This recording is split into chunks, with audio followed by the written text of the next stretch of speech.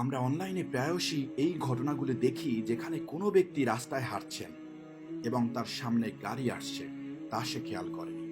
তার অসতর্কতার কারণে একটি বিশাল ট্রাক তাকে ধাক্কা দিতে যাচ্ছে এবং তারপরেই হঠাৎ বিশাল ট্রাকটি তাকে এড়িয়ে চলে যায়, এমন ভাবে যেন কোনো এক অদৃশ্য হাত সেই ট্রাকটিকে টেনে অন্যদিকে নিয়ে গেছে।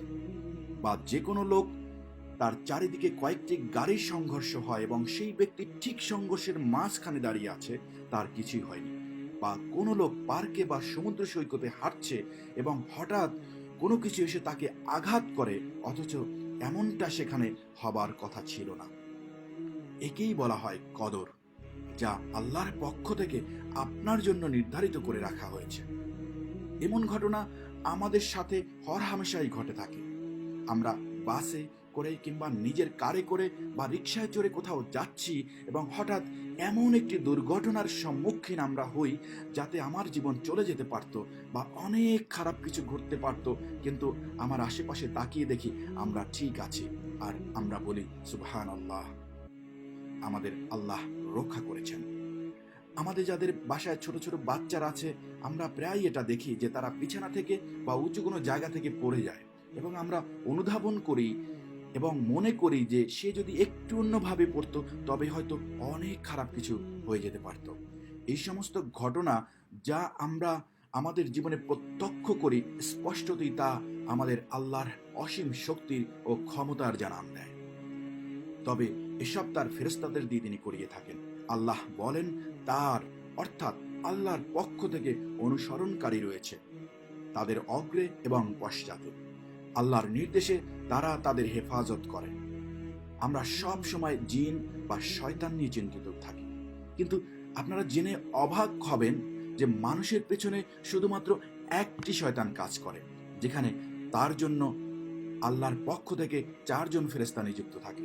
2 জন ফেরেশতা আপনার সুরক্ষায় এবং 2 জন ফেরেশতা আপনার কৃতকর্ম লিপিবদ্ধকরণে।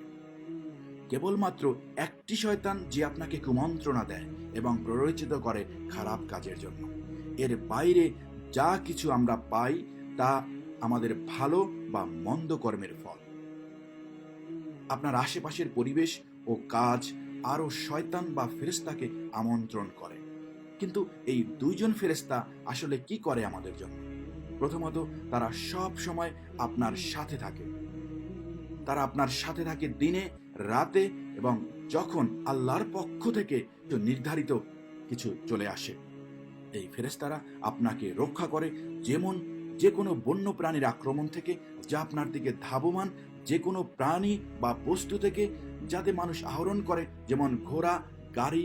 এমনকি তারা আপনাকে সেই সকল মানুষ থেকে রক্ষা করে যারা আপনার নিশ্চিত ক্ষতি করতে অগ্রসর হয়।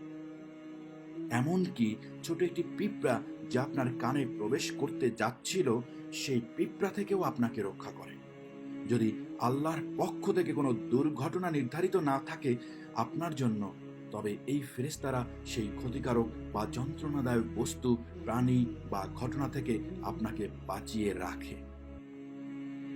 যখন আলী ইবনে আবি তালিব রাদিয়াল্লাহু আনহুকে বলা হলো যে একটি গোত্র তাকে আক্রমণের পরিকল্পনা করেছেন, তিনি বললেন তারা আমার কোনোই ক্ষতি করতে পারবে না যদি আল্লাহর পক্ষ থেকে তা আমার জন্য নির্ধারিত হয়ে না থাকে। কেননা আল্লাহ প্রত্যেক মানুষের জন্য তাদের সুরক্ষায় ফেরেশতা নিযুক্ত রেখেছেন। কেবল তখনই কোনো ব্যক্তি ক্ষতির সম্মুখীন হয় যখন নিযুক্ত ফেরেশতাদের সরে দাঁড়াতে আদেশ করা হয়, অর্থাৎ আল্লাহর পক্ষ থেকে আমাদের জন্য পূর্ব নির্ধারিত কিছু চলে আসে।